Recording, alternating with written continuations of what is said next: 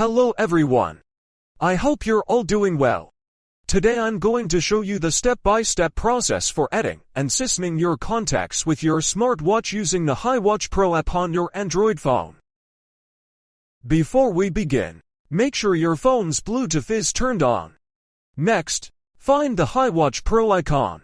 Long press it, and go to App Info. Once you're there, select Permissions and make sure to enable location and, most importantly, access to your contacts.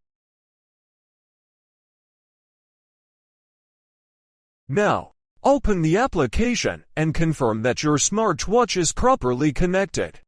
If you haven't paired it yet, please complete the connection now so we can move forward. Inside the app, go to the Set Warp Configure tab. Look for the Contacts section and select the option at the top of the screen. Here, you will have two alternatives to add phone numbers. The first one is the manual way, where you can type the name and phone number directly. The second option is from your phone, by tapping the green icon that takes you straight to your personal contact list. Remember, for this to work, it is mandatory to have enabled the contact permission I mentioned at the beginning of the video.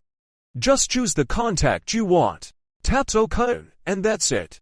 The information will automatically sync to your watch.